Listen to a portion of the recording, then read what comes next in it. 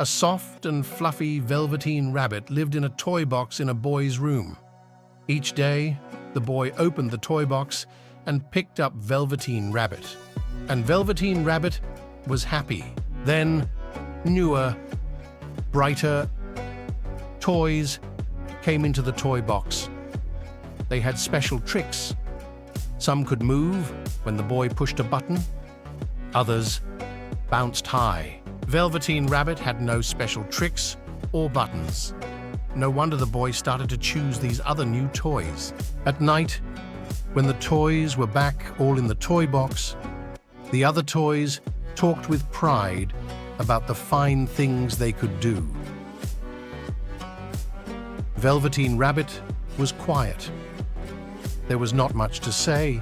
Only one other toy in the toy box was like Velveteen Rabbit. Cowboy Horse was also a soft, fluffy toy, but he was old.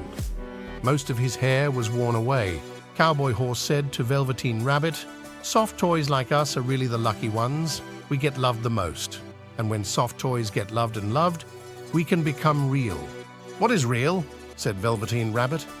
"Being real is the best," said Cowboy Horse.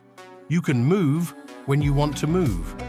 When you are real, if you are loved, you can show your love back." One day, Nana, who took care of the boy, flew open the lid of the toy box.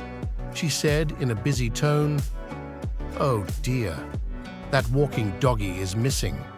I must find something else for the boy." In a second, Velveteen Rabbit was plopped down onto the bed with the boy. This began another happy time for Velveteen Rabbit. Each night, the boy would hold Velveteen Rabbit close in his arms. In the morning, the boy would show Velveteen Rabbit how to make rabbit holes under the sheets. If the boy went outside to a picnic or to the park,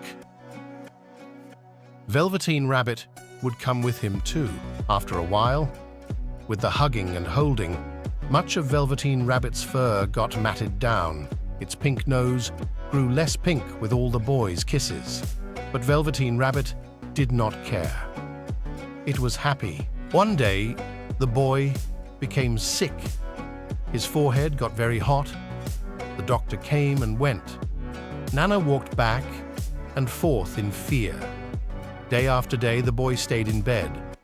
There was nothing for Velveteen Rabbit to do but to stay in bed too, day after day. Then at last, the boy got better. Such joy in the house. The doctor said the boy must go to the shore.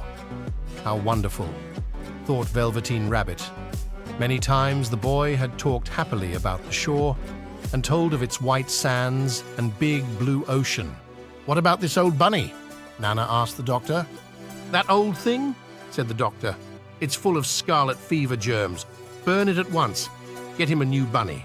So Velveteen Rabbit was thrown into a sack, along with the boy's bed sheets and old clothes and a lot of junk. The sack was carried to the backyard. The gardener was told to burn the whole thing, but the gardener was too busy with picking the beans and peas before nightfall, so he left the sack behind. "I will take care of it tomorrow," he said. The sack was not tied at the top, and Velveteen Rabbit fell out. The next day, when the gardener picked up the sack to take it away to be burned, Velveteen Rabbit was not in it. Then it started to rain. Velveteen Rabbit was saved. So far away from the boy, never again, to be nice and cozy together, and now soaking wet. A tear fell from Velveteen Rabbit's eye over his cheek. It plopped onto the grass. All at once, at the spot where the tear fell, a flower grew up. Then the bud of the flower opened, a tiny fairy. "Little Rabbit," said the fairy, "do you know who I am?" "I wish I did," said Velveteen Rabbit. "I am the fairy that takes care of toys that are well loved," said the fairy. By then Velveteen Rabbit was shabby and grey. The boy had loved off all of its whiskers. The pink lining in the ears had long turned grey. Its brown spots, once fresh and bright, were now faded and hard to see. "It is time now for me to make you real," said the fairy. "I think I remember real," said Velveteen Rabbit. Now, what was it Cowboy Horse had said? Ah yes, when you are real, you can move when you want to move. If you are loved, you can love back. With one touch of the fairy's wand, Velveteen Rabbit felt different, tickly. All of a sudden, each one of its 2 legs sewn together tight could move. A fly landed on Velveteen Rabbit's head, and it was itchy. As quick as a wink, that foot was up at the Velveteen Rabbit's head to scratch it off. So this is being real. I can move when I want to move. I will show you some new friends, said the fairy. And the fairy took Velveteen Rabbit, where several rabbits ran and hopped about. Soon, they were all great friends. Time went by.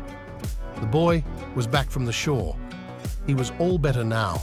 The boy thought, "Why, this rabbit looks just like my old bunny that was lost when I was sick. I loved that bunny." One day, the boy went to the backyard to play. From the trees nearby, a few rabbits hopped out. One rabbit was brown all over, and another one was all white. A third rabbit had brown spots, most of them faded. That one hopped the closest to the boy. What he didn't know was that it was his very own bunny, come back to see the boy. For he was the reason the Velveteen Rabbit had become real.